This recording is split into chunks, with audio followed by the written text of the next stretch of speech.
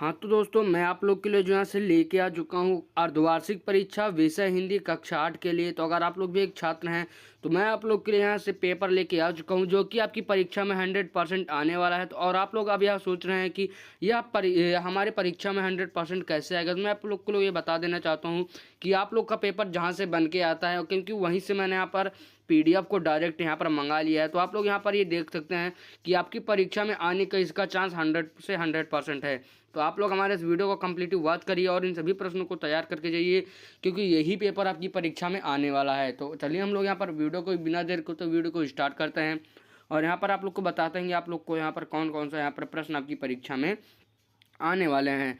तो यहाँ पर सबसे पहले हम लोग यहाँ पर देखते हैं, जिसमें हमारा यहाँ पर खंड ए हमारा कह रहा है बहुविकल्पीय प्रश्न, जिसमें हमारे सबसे पहला प्रश्न कह रहा है विपत्ति शब्द का सही अर्थ क्या है। तो आप लोग ये जरूर जान लीजिए आपकी परीक्षा में यही प्रश्न आएगा, क्योंकि मैं यहाँ से पेपर नहीं लाया हूँ लेकिन उसका पीडीएफ मंगा लिया हूँ और वही पीडीएफ छपता है आपकी परीक्षा में। यहाँ पर हमारा पहला प्रश्न कह रहा है विपत्ति शब्द का क्या क्या सही अर्थ है। तो यहाँ पर समस्या यहाँ पर सही उत्तर हो जाएगा। उसके बाद हम लोग आगे बढ़ेंगे। तो यहाँ पर हमारा प्रश्न संख्या 2 कह रहा है शब्दों का समूह को क्या कहते हैं। तो वाक्य यहाँ पर सही उत्तर हो जाएगा, जिसमें यहाँ पर हमारा होना चाहिए सार्थक शब्दों के समूह को हम लोग वाक्य कहते हैं। उसके बाद यहाँ से हमारा अगला हो गया तीसरा प्रश्न कह रहा है जिसका कोई मोल ना हो, इसका एक शब्द क्या है। अमूल्य यहाँ पर सही उत्तर हो जाएगा, जिसका कोई मूल्य ना हो। उसके बाद यहाँ से हम लोग आगे बढ़ते हैं। तो प्रश्न संख्या 4 कह रहा है गृह कार्य का सही संधि विच्छेद क्या है। तो यहाँ पर हमारा गृह धन कार्य, यहाँ पर ए वाला विकल्प बिल्कुल सही हो जाएगा। इसके बाद हम लोग यहाँ से आगे बढ़ते हैं। तो अगला प्रश्न कह रहा है जो कि हमारा एमसीक्यू टाइप में है, कह रहा है मैंने पुस्तक पढ़ी,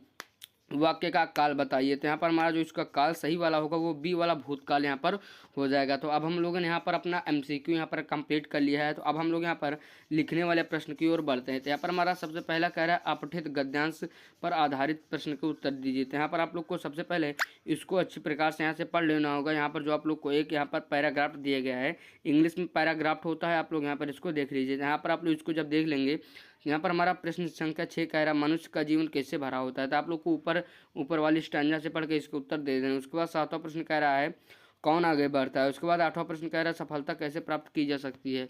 उसके बाद यहाँ से हम लोग आगे बढ़ते हैं। तो यहाँ पर हमारा प्रश्न संख्या 9 कह रहा है इस गद्यांश में आत्मविश्वास शब्द का क्या अर्थ है। तो यहाँ पर आप लोग आराम से इसका उत्तर दे दीजिएगा। उसके बाद प्रश्न संख्या 10 कह रहा है इस गद्यांश में कोई दो विशेषण शब्द छाटिए। तो यहाँ पर हमारा बहुत ही आसान सा गद्यांश दिया गया, अगर आप लोग आसानी से पढ़ेंगे तो यहाँ पर आप लोग को आसानी से इसका उत्तर मिल जाएगा। उसके बाद यहाँ से हम लोग आगे बढ़ते हैं, जिसमें हमारा खंड सी है। यहाँ पर हमारा व्याकरण संबंधित प्रश्न कह रहा है 11वां प्रश्न नीचे दिए गए वाक्य में संज्ञा शब्द पहचानिए। तो राम ने विद्यालय में प्रवेश लिया, तो राम यहाँ पर हो जाएगा संज्ञा। उसके बाद प्रश्न संख्या 12 कह रहा है खेलना क्रिया किस काल का है बताइए। तो यहाँ पर हमारा वर्तमान काल का है, आप लोग यहाँ पर इसको ध्यान दीजिएगा। उसके बाद प्रश्न संख्या 13वां हमारा कह रहा है विलोम शब्द लिखिए। तो सुख का दुख दिन का रात यहाँ पर हो जाएगा। उसके बाद 14वां प्रश्न कह रहा है निम्न शब्दों में उपसर्ग या प्रत्यय लगाकर नए शब्द बनाइए। तो यहाँ पर आप लोग इसको उपसर्ग या प्रत्यय को आराम से बना सकते हैं। कर्म में अगर आप लोग कु लिखाएंगे तो कुकर्म हो जाएगा, और यहाँ पर लिख में आप लोग कोई यहाँ पर जोड़ सकते हैं, जिससे आप लोग नए शब्द बना लीजिएगा। उसके बाद प्रश्न संख्या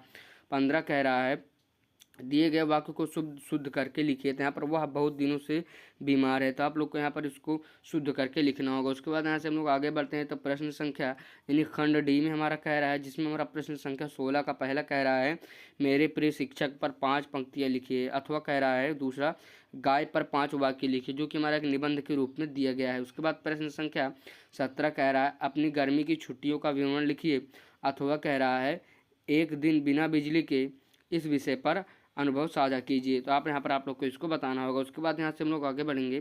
तो प्रश्न संख्या यहाँ पर हमारा जो 18वां कह रहा है अब कि प्रश्न पत्र लेखन अपने मित्र को जन्मदिन की शुभकामना देते हुए पत्र लिखिए, अथवा कह रहा है आवेदन पत्र विद्यालय प्रधानाचार्य को पुस्तक में नई पुस्तकें मंगवाने हेतु आवेदन लिखिए। यहाँ पर आप सभी को इसको देख लेना होगा। तो उसके बाद यहाँ से हम लोग आगे बढ़ते हैं।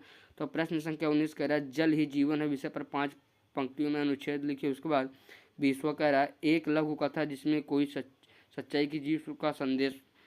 यहाँ पर आप लोग को एक कहानी देनी है जिसमें सच्चाई की जीत हो, यह बताई गई हो। तो आशा करता हूँ कि आप लोग को वीडियो पसंद है। तो वीडियो को लाइक करिए, चैनल को सब्सक्राइब करिए, और मैं आपको 100% गारंटी के साथ कहता हूँ कि आपकी परीक्षा में यही प्रश्न आएगा। अगर आप लोग ना विश्वास कर रहे हो तो आप लोग अपनी परीक्षा में देख सकते हैं। तो मैं आप लोग के लिए ऐसा यहाँ पर ऐसा पेपर लाऊंगा जो कि आपकी परीक्षा में आने वाला है। तो आप लोग यहाँ पर इसको लीक पेपर कह सकते हैं, क्योंकि ज़्यादातर बच्चे कमेंट में यही कहते हैं। तो अगर आप लोग चाहते हैं कि मैं आप लोग के लिए ऐसा ही यहाँ पर पेपर लाता रहूँ जो कि आपकी परीक्षा में आए, तो आप लोग हमारे चैनल को सब्सक्राइब कर सकते हैं और वीडियो को जरूर से लाइक कर लीजिएगा। यार आप लोग हमको सपोर्ट करिए, तभी हम आप लोग के लिए वीडियो बनाने के लिए मोटिवेट हो जाते हैं। तो आप लोग हमारे इस वीडियो को लाइक करिए, चैनल को सब्सक्राइब करिए। तो चलिए मैं मिलूंगा एक और वीडियो में, तब तक के लिए जय हिंद, वंदे मातरम। लेकिन जाने से पहले चैनल को सब्सक्राइब कर लीजिएगा।